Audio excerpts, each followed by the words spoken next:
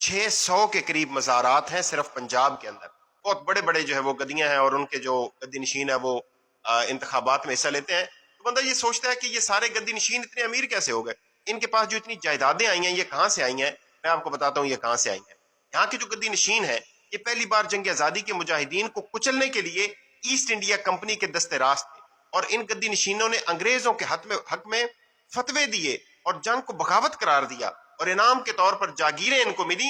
اور انہی گدی نشینوں کو انگریزوں نے نوآبادیاتی عہد جو تھا ان کا، اس میں پاور سٹرکچر کے طور پر انہیں استعمال کیا اور ان کے ذریعے سے اپنے کلچز کو بر صغیر کے اندر مضبوط کیا، اور ان کو بڑے بڑے رقبے دیے، بڑی بڑی جاگیروں سے ان کو نوازا.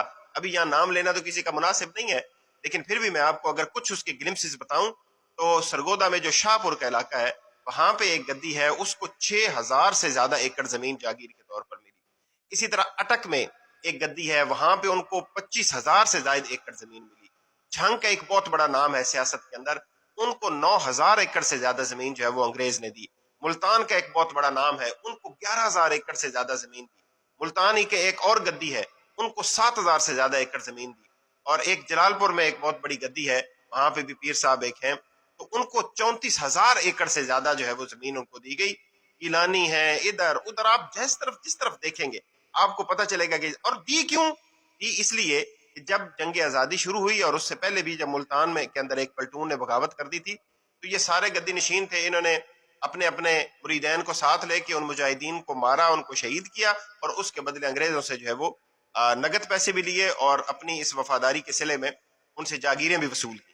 اور ساتھ ساتھ انہوں نے ان کو مختلف عہدے دیے، کسی کو کسی نام سے، کسی کو سر کا خطاب دیا، کسی کو جناب کنگ کا خطاب دیا، کسی کو ذیلدار کا خطاب دیا، کسی کو کسی عہدے پہ لگایا، کسی کو کسی عہدے پہ لگایا. اور یہ سارے لوگ جو تھے بنیادی طور پہ انگریز کے مفادات کے محافظ تھے اس علاقے کے اندر. لیکن پھر جب پاکستان بنا اس وقت تو ان سب نے مخالفت کی، چند ایک جو ہے وہ پیران الزام کے علاوہ باقی سب نے پاکستان بننے کی مخالفت کی تھی اور انگریز کا ساتھ دیا تھا.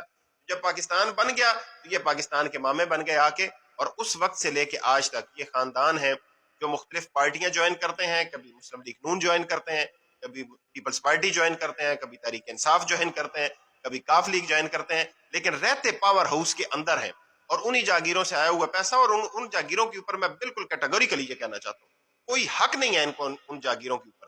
انگریز کا کوئی رائٹ نہیں تھا کہ اتنے بڑے بڑے رقبے جو ہے جو یہاں کے لوگوں کی ملکیت ہیں، جو جہاں کے عوام کی ملکیت ہیں، وہ ان لوگوں کو دے کر جائے. لیکن وہ دے کر گئے اور ان کے ایمان کے اوپر اس سے کوئی فرق نہیں پڑا، ان کو کوئی پریشانی نہیں اس سے، اور انہوں نے انہی زمینوں کی پیداوار اور انہی سے آنے والے پیسوں سے استعمال کر کے اپنے علاقے کے لوگوں کو جو ہے وہ اپنا غلام بنا کے رکھا، ان سے ووٹ لیے، پاور جو کوریڈورز ہیں ان کے اندر ہمیشہ اپنے آپ کو جو ہے وہ شامل رکھا، اور مجموعی طور پہ انہوں نے دین کی کوئی خدمت نہیں کی.